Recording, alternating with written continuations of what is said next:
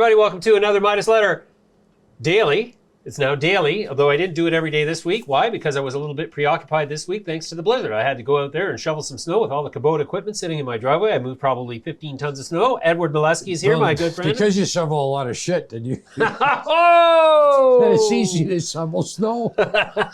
I just start off there with a zinger. There's quite a qualitative difference in the makeup of composition of snow versus shit. But it gets heavy, the snow, doesn't it?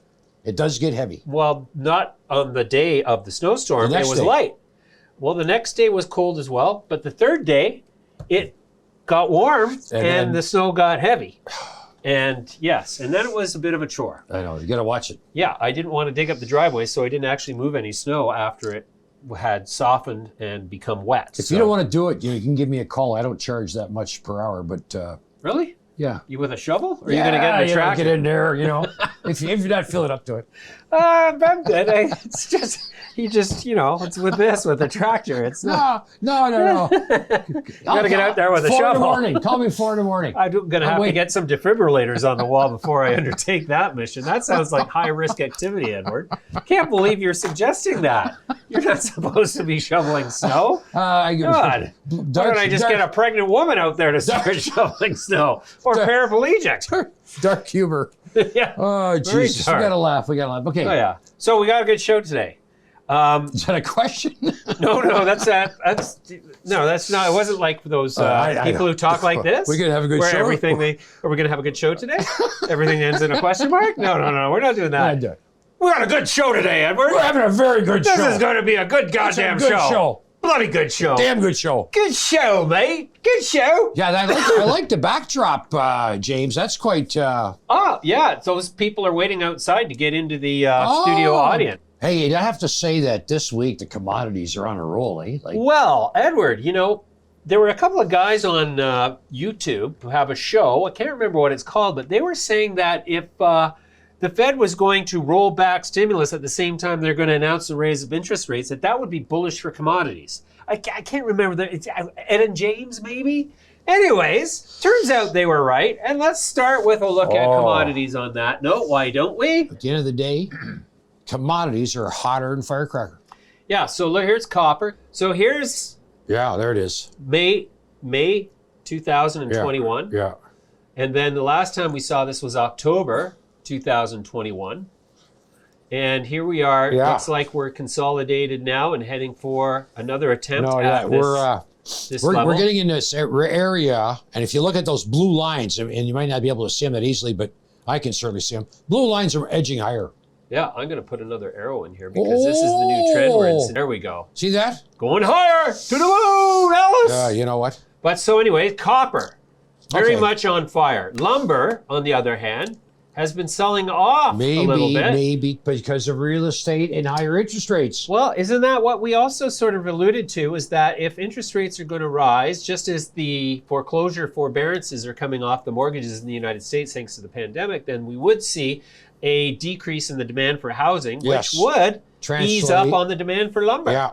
And that's what we're seeing as well. So far, 2 for 2. How we're doing? Now, how we doing? Good. And we also said that all of this would be good for gold. And look at gold. Gold is broken out here. This is definitely a breakout from the trend and has really stepped up. Yeah. And so I think the move's even a little bit more pronounced than silver, which is the poor man's gold.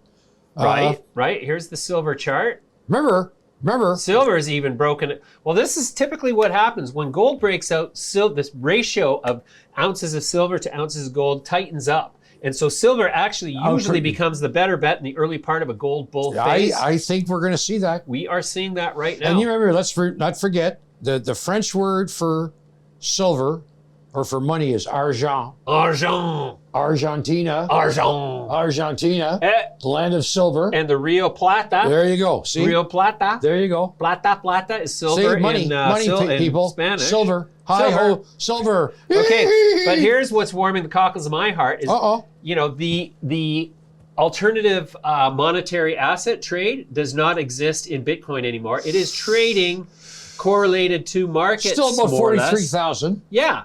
But the bottom line is it's not demonstrating People aren't anti-inflationary properties. running to it as a place to go for safety. It's not a safe haven. No, it's a speculative asset and trading that way.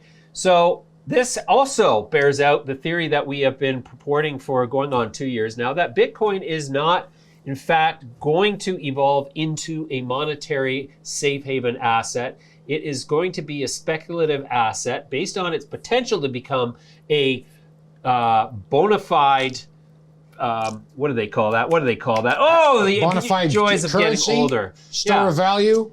Legal tender, legal tender, Bob, for $200, legal tender and it's not going to. In fact, as soon as the digital central bank currencies come rolling out from the G7, you will see the ability to use cryptocurrencies as legal tender will become firmly outlawed. Yeah. And that will be the death knell of cryptocurrencies, X of functional tokens like Ethereum. That's my theory. I'm sticking to it. So far, we are being. You know what right. I wonder sometimes? I when I'm lying there and thinking about what to think about. Doing what? What are you doing lying there? I'm thinking about as the old. It seems to me there's a contingent of older people, older like people that have been around. Well, they remember that you always go to gold and when times are tough. But as those people die off, you think that will be forgotten?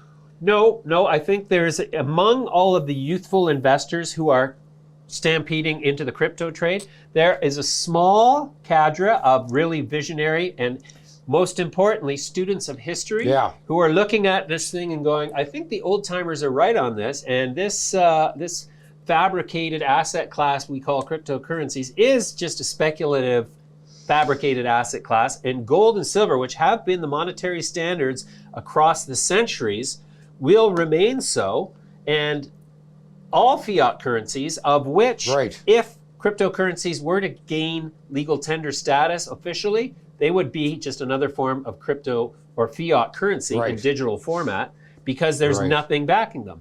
Gold and silver would continue to be. And they consume a lot of energy too to Well, this is the great thing. So I have a friend who's in Kazakhstan right now, and he actually married a Kazakhstani lady. And so I was asking him, I was like, so what is going to be the upshot of this uprising that has now been thoroughly quashed and 140 you plus don't hear dead? anything about it now. Nothing. Exactly. Like, took care of those rabble-rousers. Exactly. So I said, but the people basically were suffering rolling blackouts because the crypto mining business had taken so much power. And he says to me, and he's very much a crypto enthusiast, he says to me, James, that's bullshit. The energy consumption of the whole crypto business is just a negative stereotype perpetuated by dinosaurs who are trying to undermine the confidence in cryptocurrency. You're referring to us, I think, in a rather backhanded way. Actually, he didn't say dinosaurs, but that was my translation. All right. Anyways, and he basically got a little bit hostile when I suggested that the energy consumption of cryptocurrencies was, in fact, one of its primary weaknesses. Because he thought you were attacking his. I was attacking his nest egg. His nest egg. Exactly. I want to also say, as times get a little, we're seeing a tightening of even though it's not much, starting that interest rates are rising and tightening. Mm-hmm.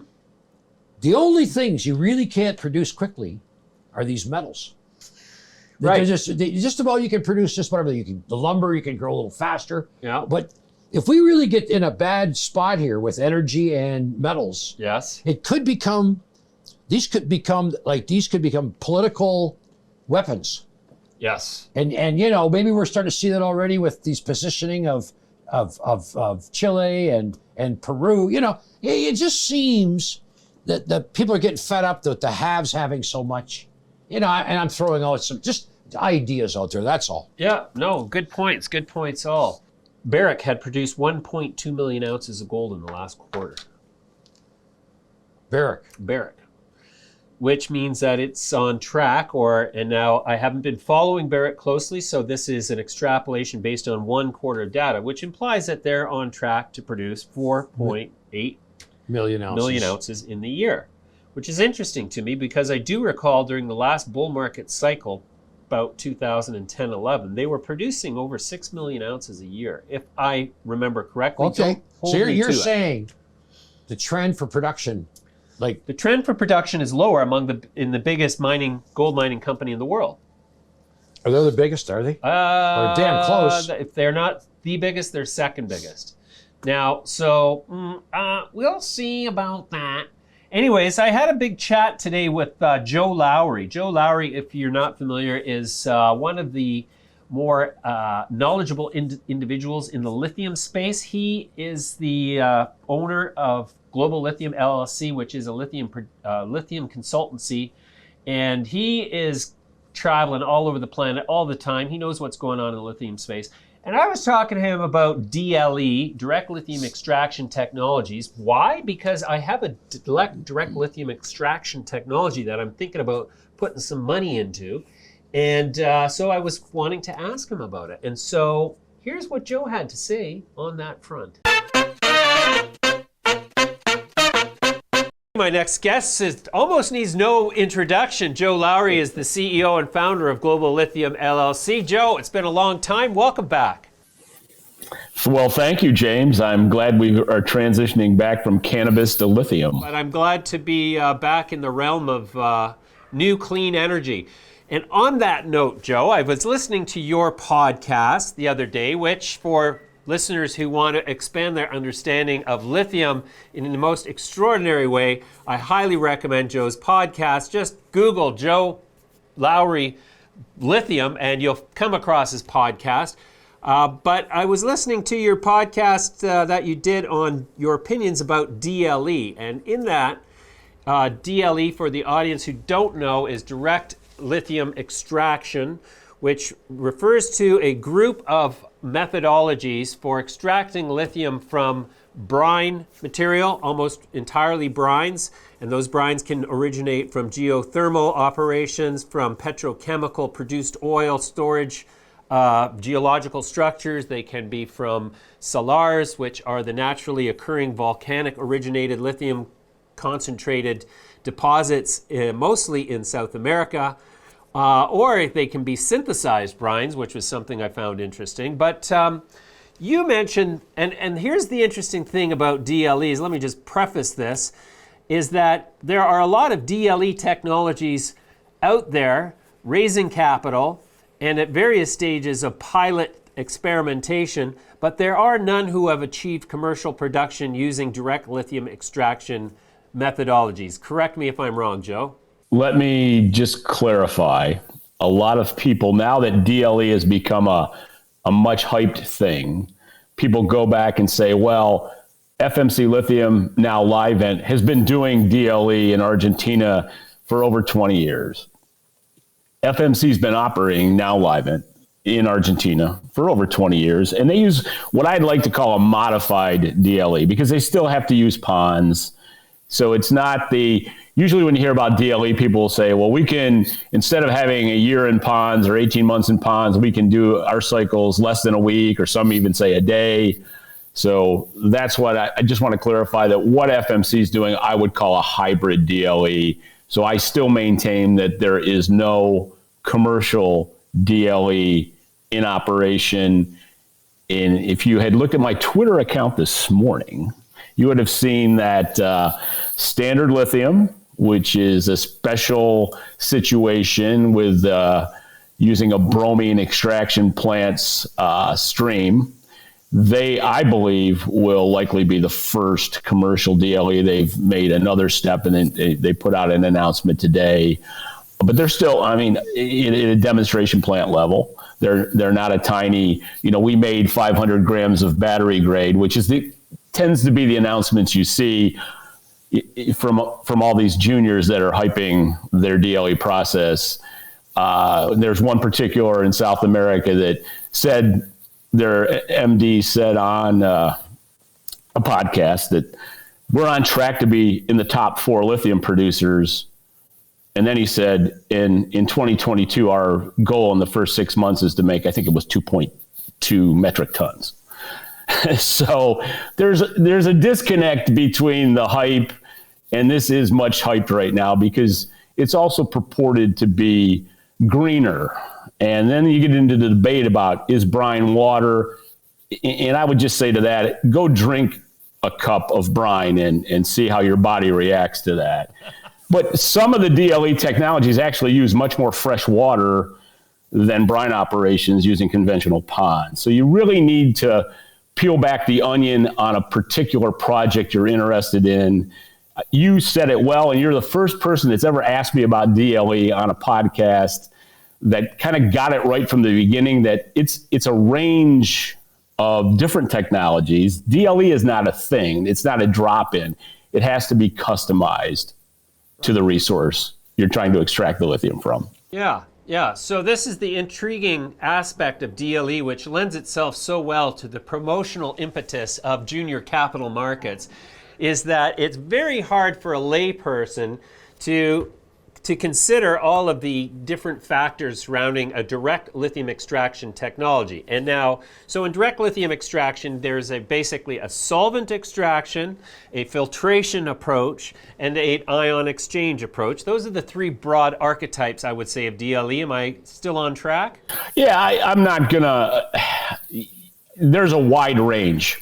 And I wouldn't even limit it to those three, but I think you framed it pretty well. But if I say yes to that question, I'm going to get hate mail because I left somebody out. So okay, so we'll just say for the sake of discussion, for the sake of discussion, those three types, acknowledging that there are always different and new things coming along out there that we might not be aware of yet. But so then you've got to consider the chemical composition of the subject brine that is going to be extracted directly, whose lithium is going to be extracted directly. And then you've got to consider the sort of the infrastructure environment, the geography of where is this brine going to be coming from. And then, of course, you have the resulting output. Is it going to be carbonate? Is it going to be hydroxide? Is it going to be concentrate? Is it going to be some derivative thereof? And so within that sort of massive context, Joe, what is the holy grail in terms of DLE? What would the best DLE technology look like? Well, let's just take a step back in the direct lithium extraction piece of this. Usually they're going to make an intermediate from which carbonate or chloride or hydroxide are going to be made from. So I don't link the end chemical product necessarily to the base, the extraction piece of it.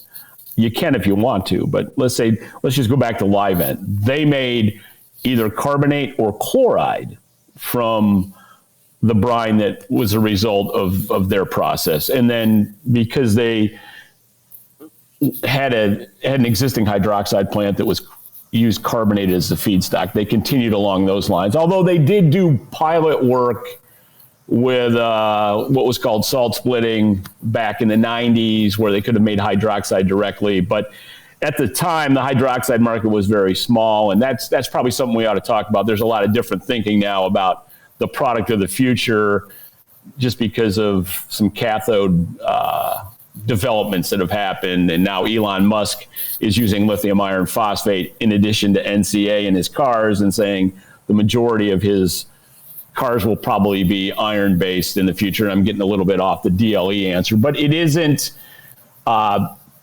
important whether you focus on it being hydroxide or carbonate. I'm waiting to see. The holy grail to me is the first working real DLE operation. I draw the analogy that it's kind of like the 4-minute mile. When Bannister ran the 4-minute mile, in the next couple of years, a lot of people did. And I think that's what will happen, is once we have a true DLE, you will see more of them happen in succession in the ensuing half a decade. But we're still waiting. Yeah, right. Okay, so in the podcast, you mentioned that Standard Lithium was the leading contender, and you just repeated that. So tell me, what do you know about Standard Lithium's, you said it was a bromine? It's a bromine operation. It is actually the same way that Albemarle originally sought to enter the lithium market before they bought Rockwood. They have a bromine operation in Magnolia, Arkansas. Lanxess has one in El Dorado, Arkansas, and they both, this is going back when DLE was really in its infancy. more than 10 years ago, Albemarle actually tried to do the same thing. And I think Standard now is much further ahead because obviously Albemarle bought Rockwood. They're focused on other things. They still talk from time to time about developing extraction from the Smackover brines. But the real point is, if you look at what Standard's done, now you've got Koch Industries, one of the largest private companies in the world, investing in Standard, which I also believe was a validation, because that's not a company that just throws their money wildly at projects. They're a very analytical group. So I would still say Standard's the leading contender, but the real importance of that, let's just take a step back. When you look at deploying DLE in South America, a lot of times it's a choice. We could do DLE or we could do ponds. In Arkansas, it isn't a choice. You can't do ponds in Arkansas. You probably can't do ponds anywhere in North America and be really successful. Albemarle does it at Silver Peak, but that's a tiny operation. What I believe is when you get a DLE win, the real importance there is it's going to potentially unlock assets that couldn't operate any other way. And we can look at that or the Salton Sea. And, the Salton Sea now, there's a lot of hype around the Salton Sea, and everybody likes to talk about Berkshire Hathaway being involved through Mid-America Energy. And, there's a lot of government hype there as well. But the Salton Sea has been out there for well over a decade. And Symbol tried. Symbol ultimately was not successful, although Elon Musk offered, I believe it was $325 million to buy out Symbol when Symbol was just a small pilot and some IP. So there you go. Yeah. So the interesting thing to me is that, I was following these DLE technologies in 2017 before the cannabis industry took my attention elsewhere for a number of years. And I come back to it now that cannabis has sort of receded, and I see that there hasn't been a great deal of progress, except for instead of only a handful of dubious players purporting to have a DLE technology that was going to revolutionize lithium extraction, now there are serious contenders. So the main thing that has changed is that the mantle of credibility is now firmly wrapped around this entire thing, and we all just sit and wait and watch for the emergence of the first commercial production. So, and as you say, there are assets out there that will never see the light of production days without a direct lithium approach, without a DLE approach. So obviously there's a lot of interest and a lot of momentum behind getting these up and running. But I'm going to have you back soon enough, and we'll leave it there for now. Well, thank you, James. We'll talk to you soon, Joe. If you're enjoying the show, subscribe to Midas Letter on YouTube so you stay up to date on everything investment.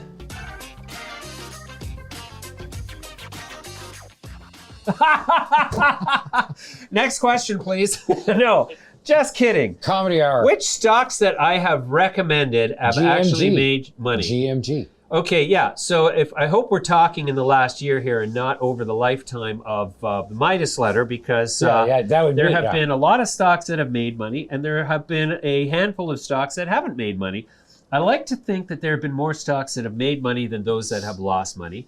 And it's very important to differentiate between stocks we have on the show as guests versus stocks I recommend. I almost never recommend stocks, and if I do recommend a stock, it's because I have put money into it. And the reason I don't recommend stocks is because that's a serious no-no according to regulators, because I am not an accredited analyst or financial professional in any way, shape, or form. In fact, one might say that as a high school dropout, that I'm the least qualified to make recommendations as to what people should do with their money. And so I am keenly aware of that, and I follow that religiously because I don't want to get turfed into the pokey by making recommendations. So Recommendations. Yeah, tough word there, but I don't recommend stocks. The companies that I've been featuring that have been making money for their shareholders lately are this year's clients, which include Voxter Analytics, VXTR on the TSXV. Up nicely today. Up nicely today. For example, you could have made money today with that stock. Then we can talk about Graphene Manufacturing Group, which I bought at 40 cents and traded up as high as $7, now trading down at 4 and change. But that has made money for anybody who's been following since I started talking about it at 80 cents, I believe, is when I was first able to mention it. And then we can talk about Newran Wireless. Now, Newran hasn't necessarily made money for anybody yet, but we've just started covering them in the fall of 2021.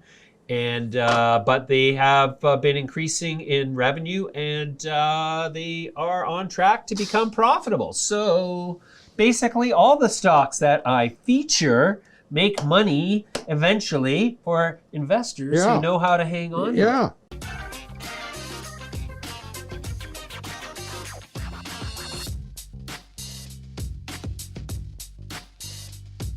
No, cannabis industry is plagued with, difficulty turning a profit. When you sift through the profit that has been reported on the part of the larger cannabis producers, they tend to rely heavily on accounting trickery, we'll say, to chicanery to dress up the profits, and so it's very difficult to see any clear profit in that space. So no, I don't expect them to start turning their stocks to start trading higher. I expect them to continue to sell off. Why? Because there's probably more criminals in the cannabis sector now that it's legal than there ever was when it was illegal. And I say that with tongue in cheek. Of course, there's not criminals in the cannabis industry. Come on. We're talking capital markets here. Bite my tongue. Bite your tongue. Tongue in cheek. Tongue in cheek. Anyways, but there you have it. Yeah. So no, I don't expect to see any change in the weakness in cannabis stocks anytime soon.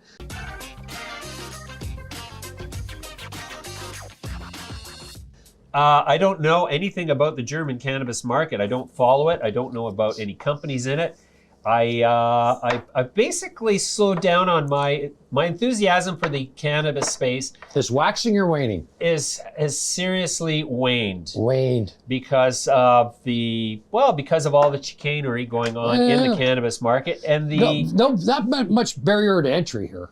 Well, there's no barrier to entry. It is a weed, and it is super stupid easy to grow great pot just by throwing a bunch of seeds in some fertile soil. Yeah, reminds me of Jack and the Beanstalk. You'd have to be a moron not to turn out with great weed, like honestly. And I'm surprised there isn't a chicken in every pot. Well, so much like pot canola, in every chicken. Pot feed much the pot like canola. How many canola companies do you know going to the moon? Pot in every chicken in every pot. How many canola companies? Pot in every chicken. Chicken in every pot.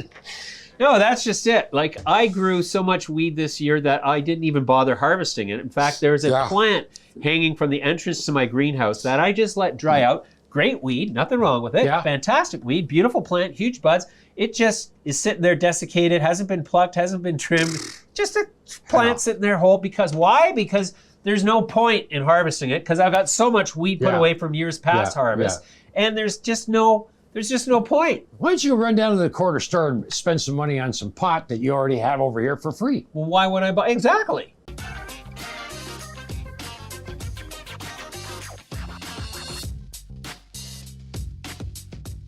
I watched quite a lengthy interview on that. With Bill Gates? Well, Bill Gates is retired on his big yacht. I think, they're sitting on $150 billion of cash. Yeah. Or they got to buy something. They bought something for $70 billion, which is a lot of their money. Yeah. Maybe that's where the world's going. Maybe everything that's going to happen in the future is going to happen in our heads. Yeah. Well, they can call it the Metaverse all they want, but really, Microsoft bought a gaming company. Microsoft bought a gaming software and hardware manufacturer. Microsoft bought a gaming company. A pinball game. Gaming. Yeah. So you say Metaverse all you want. Metaverse notwithstanding, this is just a big technology company buying another technology company. But the Metaverse suggests a virtual world, like a world. Yeah, but we're not going to be in this world anymore. So they're talking about the internet. or the gaming I realm. don't. So the first video game I ever played was called Pong.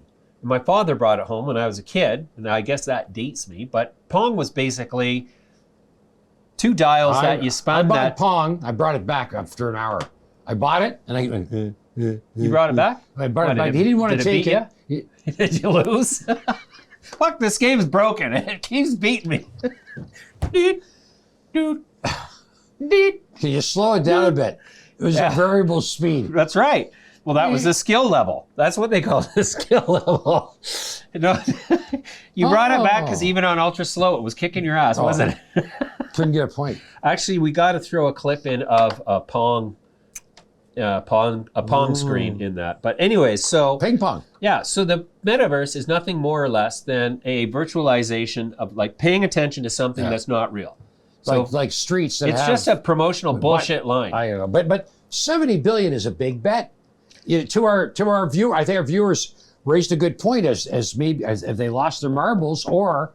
Well, but how much money is it making? 70 billion? I don't know. Well, it's definitely profitable. The guy's name is Bobby Kopic. I should have known this name. It's a funny name. Microsoft bought the company for 70 billion. It implies it's got some assets, right?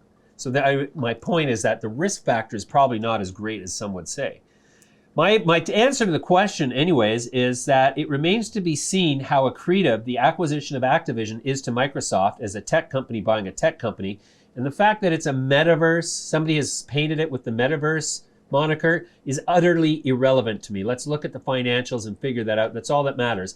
But I would caveat my response with, I don't follow big tech companies because I really don't care what they're doing. I don't play video games. I don't use Microsoft software and or hardware for that matter. So bottom line is I don't care and I can't answer the question.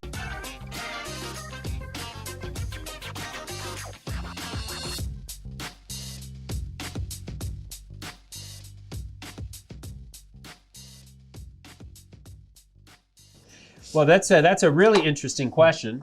I mean, I didn't know that Japan's CPI was so low relative to its PPI.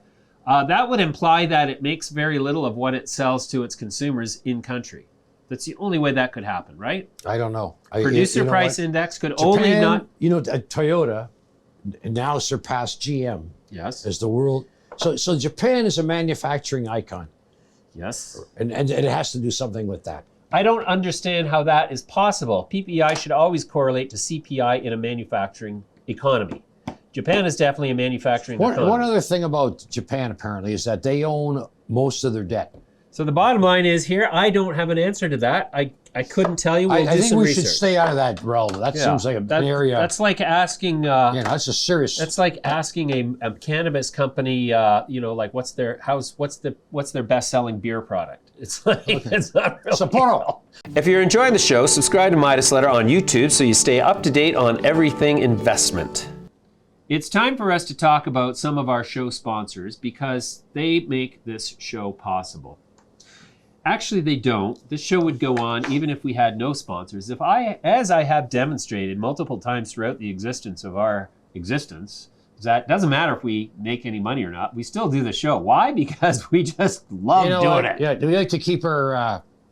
It keeps us sharp. Keeps us sharp. Yeah. Keeps us sharp.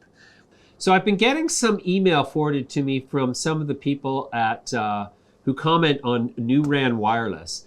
And they have been implying that our coverage is less than accurate. And they were right on one count. And that was the day we published a page about our favorite stocks. And in a draft mode, somehow the New Rand people got a hold of it and said, God, there's more than 7 million shares out. And yes, there was a typo in though that we had published that there were only 7 million shares outstanding. 7 million? No, there's 30 plus million outstanding. They've got a whole bunch of warrants too. And we've said that repeatedly, but somebody pounced on that and said, we don't know what we talk about. Anyways, let's go through the questions that people have about New Ran Wireless. Was the mention of 5,000 sites a slip up in the video? Son of a Bach. Well, that's clever. Son of a Bach wants to know, was our mention of 5,000 sites a slip up in the video? Now, I'm going to refer to an email directly from the company because I said to them, we only publish information that we find in the public domain because that's how we stay outside of the radar of regulators. We never make shit up. We only publish what the company has published. And so, but being adept at research, we sometimes come across stuff that is not broadly well known. And so the company has suggested on multiple times that it is on track across its entire universe of projects in the let's get this straight, in primarily the DRC and Cameroon, that they've got their eyes on 5,000 sites at this point. They've also got their ambition, their target is to be at 10,000 sites within 5 years. And so these are not mistakes. These are forward-looking statements on the part of the company. And in every press release and in every presentation the company does, it makes clear that they are making forward-looking statements. So a forward-looking statements, if I say to Edward, I'm going to get laid tonight, and I don't get laid tonight, it doesn't mean that I was nefariously wrong, maliciously misleading.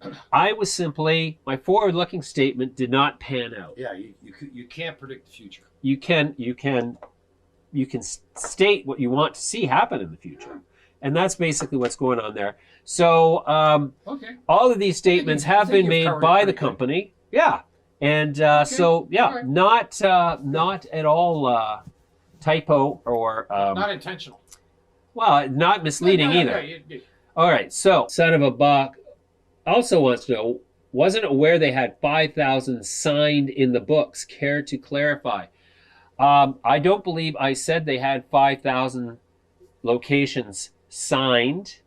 I said that they had the capacity in place to build 5,000 sites given their partnerships with Orange and with Spacecom, and that is true.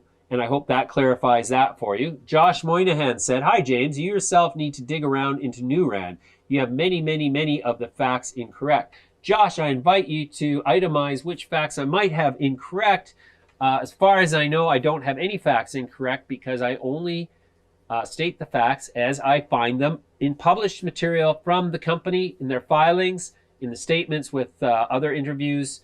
And so please state them, and I'd be happy to address each of them individually. Okay, and we already answered those questions. So there you go.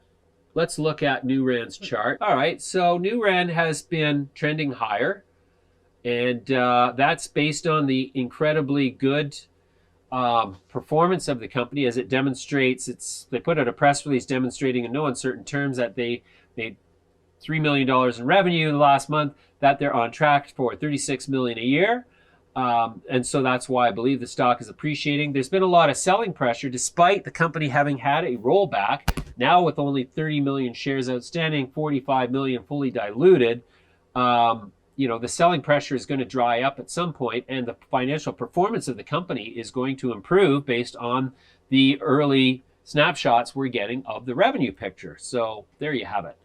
Graphene Manufacturing Group. Nobody asked about Graphene Manufacturing Group. It got pounded this week. Bit of a spanking happening here. I wonder.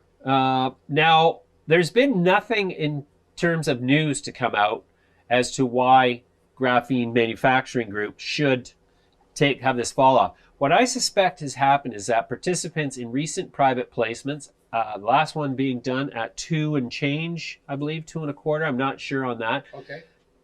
Now, those guys have been in the money, and the hold period, there was no hold period on it. They've seen that the momentum to the upside has petered out a bit, and so they've said, you know what, at $5 a share, we're making money, so let's lighten up a little on the position. And so I don't believe that the sell-off is a comment on the technology or its viability. I think it's just that some of the more recent investors have decided to take some money off the table. You know what? When rates go up, exactly, the reach is far. It's far-reaching. Well, when you see rates go up at the same time they dial back stimulus, those are both net bearish for the stock market. Right. So anybody who's up in a position on a technology stock might be incentivized to take money off the table. That's what I think has happened here. There hasn't been any news out of GMG since the end of last year, and so We're going to wait on that. I need to disclose at this juncture that I'm a shareholder in GNG for 25 cents. I have sold some stock. I still have some stock from that participation left, so I'm still in the money. But I've also had a conversation with the company about becoming a service provider to the company to help them in their financial communications. That has not materialized in a contract yet, but I feel I want to put that out there. Is that not only am I conflicted on the investment side, I might be conflicted on the client relationship side, though that has not materialized yet. Just want to put that out there. Voxter Analytics has been, So the reason Voxter is appreciating in price is because Fannie Mae and United Wholesale Mortgages and all these companies that use Voxter Analytics software keep putting out little revelatory tidbits that clearly demonstrate that Voxter has taken a big chunk of the market share in the real estate digitized universe. And in fact, while Voxter increases in price, I went through this on my show, I think it was yesterday, so no point in repeating it. But anyways, Voxter we are conflicted with Voxter because we have an option on 1 million shares at $1.15. I did have shares in it at 70 cents that I bought, and I have sold some of that to power this platform that you see here because it's not free and it's not cheap. But we still have options, and we're not in the money yet. So point being, disclosure, full disclosure, stock goes up, we stand and lose, make money, so we're conflicted. And just want to point that out. That being said, can't argue with the facts that Fannie Mae is publishing documentation indicating clearly that Voxter is going to be the beneficiary of the digitization of the real estate universe in the United States, and United Wholesale Mortgage indicating that 70% of the mortgages or the appraisals done on United Wholesale Mortgage's websites are done on the ANOW platform, which is Voxter's. Tens of thousands of mortgages every month we're talking, and that shall materialize in the quarterly statements of Voxter. Who else do we have as a client? Well, I think that's it. Follow us on Twitter, Instagram, LinkedIn, and Facebook. Make sure you never miss a show by subscribing to our YouTube channel and clicking on the little notifications bell. Now, the second interview today, James Tansey is the CEO of Kizmet Impact Capital, and these guys are doing a ESG fund, or more a social impact fund, and here's James Tansey to talk about that. My guest now is James Tansey. He's the CEO of Kizmet Capital Corp. James, welcome. Good morning.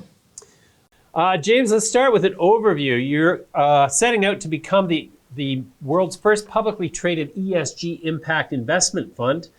Tell us about that. Yeah, so our focus is on impact ventures, which are companies that have core social or environmental impact through their products and services. And in most cases, this goes much deeper than what traditional ESG would cover. So ESG company reporting on ESG might make, ball bearings, shoes, cars, mainstream products, and they try to do that in the most environmentally responsible way that they can. Impact ventures have a core social or environmental purpose and mission. And so, in a sense, they're a sort of much deeper form of ESG. And historically, most of them have been private companies and receive venture capital or private equity investment. And really what we're doing through this public listing is building a bridge that allows mainstream investors, individual investors, and institutional investors who can't normally access these private equity, private investments to participate and to invest. Sure. So what is the size of the fund initially? So we're just doing a small raise at the moment ahead of the listing. The goal is to raise between $30 and $50 million concurrent or immediately after the listing. Okay, and planning to trade where? Current plan is trade on NEO, exchange in Canada. Right, okay, fantastic. So why don't you give me some example of some ESG investments, because a lot of people have a hard time differentiating which qualifies and which doesn't. Yeah, I mean, a good example would be a company called D-Light that was started in the US and created a product for developing country markets that replaced kerosene lanterns in homes and is now in 100 million homes. And what they did is they came up with a rechargeable solar light that you could leave out during the day and then bring into the house at night. And what they found was that families couldn't pay for that cost up front. They were paying for kerosene every day, but they couldn't pay the $30 or $40 for the lantern. So what they created was a very simple pay-as-you-go system. Most families have access to very simple cell phones and credit in developing markets. So you could pay as you go. You could use your cell phone credit to pay down the cost of this lantern. And after 6 months, you'd own it outright. And the impact in terms of indoor air pollution, which is a huge killer and source of sickness in many of these countries, is eliminated. So very successful venture business. They grew to reach 100 million households, and we're a private company, private equity funded, venture capital funded. So pretty typical profile there. And in that case, we would have had exposure to a company like D-Light earlier on through the public listing, made investments in it while it's private, and given many of our investors who otherwise are not accredited, wouldn't qualify, an opportunity to invest in this business. Sure. Okay, so that D-Light obviously checks the boxes of environmental and social, but what about the G? The G is for governance, I understand, and so does that imply that the management of the company has to meet certain criteria? Yeah, I mean, the changes in expectation around governance have been evolving in the last 10 years. So, it covers everything from transparency, rules and engagement around bribery in international markets, but also covers issues like diversity within boards and diversity within hiring practices. So, from our perspective, we expect companies to aspire to meet those goals. I think it's important to say that small startup companies with a team of 5 or 6 people, it's difficult for them to demonstrate full diversity in terms of ethnicity or age or gender when they're a small business. But we want them to show that they have a commitment to hiring for diversity across the business. And that would be a sort of classic example of a governance requirement that you would see both in large-scale public companies and also in impact investments. I see. So the value proposition then for the retail investor is that they will gain access to companies that they would not otherwise see until they were a publicly traded entity? That's exactly right. So that lift in growth and valuation that occurs from the early days, the sort of formation days of businesses where there's opportunities to invest in angel and seed rounds, they would get the exposure to that valuation all the way through to either a public listing, which is one path for these companies, or a strategic acquisition, or hold the stock as they become significant growth and yield companies over time. We're not anchoring all of this to the idea that every company we're investing goes public. We're just saying that some of them will, and that'll be a great path for those businesses. So it allows retail investors access to what's really been a rich person's sport, private equity investing by family offices, accredited investors into early stage businesses. We manage the due diligence and quality control. We select the companies, we monitor and track them. We may even get involved in the boards in some cases. And our vehicle allows people who otherwise couldn't invest in those companies to get access. I see.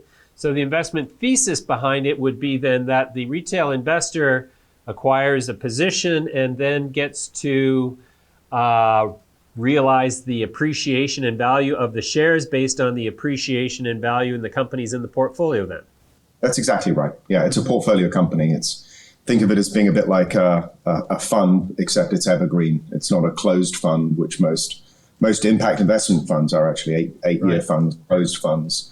This is a permanent capital structure. So the growth in the value of the portfolio companies will be reflected in the overall value of the business. And are there tax advantages for the retail unit holder in your fund in either the UK or North America? Yeah, certainly in North America, or certainly Canada, I can speak to. These you can hold the stock in tax-sheltered vehicles like the retirement savings plan. So because it's listed and because there's a valuation attached to it, you can hold those within some of those tax-sheltered vehicles. I don't know about the US. I think the UK has similar provisions, but that requires a public listing in order to participate, whereas a private company you can't put into those tax-sheltered vehicles because you'd have to pay for a valuation. Sure. There's been a lot of criticism in the mainstream media surrounding the greenwashing of companies who purport to qualify as ESG investments, though that qualification, upon a little examination of their business, seems a bit dubious. Recently, the European Union announced that they were going to approve liquefied natural gas projects as well as nuclear projects as ESG investments. And that sort of had me scratching my head, especially given, the 500,000 year half-life of spent nuclear fuel rods. And of course, the greenhouse gas effects of burning natural gas in any way, shape, or form. So how legitimate is the ESG designation in your opinion? It's evolved very significantly from where it started, where a minority of companies would take the obligations seriously.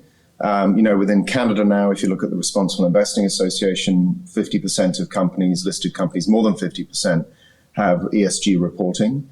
And I think it's an evolution where it's become much more widespread without people necessarily, as you're suggesting, thinking about the underlying services and goods the company produces. So we don't describe ourselves as principally an ESG fund. We're an impact investment fund. So the companies we focus on are sort of unequivocally high impact in terms of social or environmental outcomes. We're not looking to develop, new digital apps that happen to have a good social or hiring policy, or mainstream products and services that donate money. We're looking for companies where the core business is an environmental or social benefit or an outcome. And that, some of the examples we look at in Canada could be Indigenous-owned businesses that provide, that develop cosmetics, for instance, using traditional environmental knowledge, or companies that provide environmental services or, invest in conservation or support access to employment on a large scale for people with barriers, physical or geographic barriers to employment. So where you can identify and measure and track a non-financial outcome alongside the financial outcomes. And so we have a rigorous impact framework that really digs into the core of what the company does. And because there are so many great companies out there, we don't have to worry about operating in the gray areas. We get to choose the very best and most impactful companies. Mm-hmm. Okay, and so what is the timeline for an investor who wants to participate in this? So we're currently in a small placement round to get the initial investments out of the way, and we'll be listing within 60 to 90 days. So there'll be a concurrent finance with the listing. For investors that are interested, absolutely contact us through the website for the information, email at the website. We're building up a roster of people interested in following. We've got a good social media presence. So we announced this really early because we wanted to build that retail investor following and social media following. And we'd like people to come along with the journey with us. Sure. All right, James. Well, that's a great introduction. I look forward to seeing the company go live, and best of luck to you. Thanks for joining us today.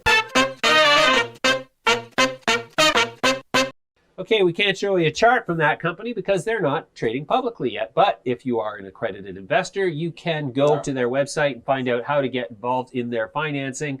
And we invite you to do so. We have no comment on the viability of the company. We have not done any due diligence, so we don't have anything to say about it at this point. But it sounds like a good strategy.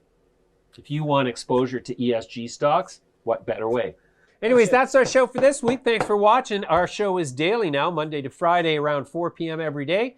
I'll be here every day. Edward's here on Thursdays. Other guests are here throughout the week. Mijas, please Eagles, join us. Mijas Eagles. And go Mijas Eagles, go! Go Mijas Eagles, go! Woo! Woo!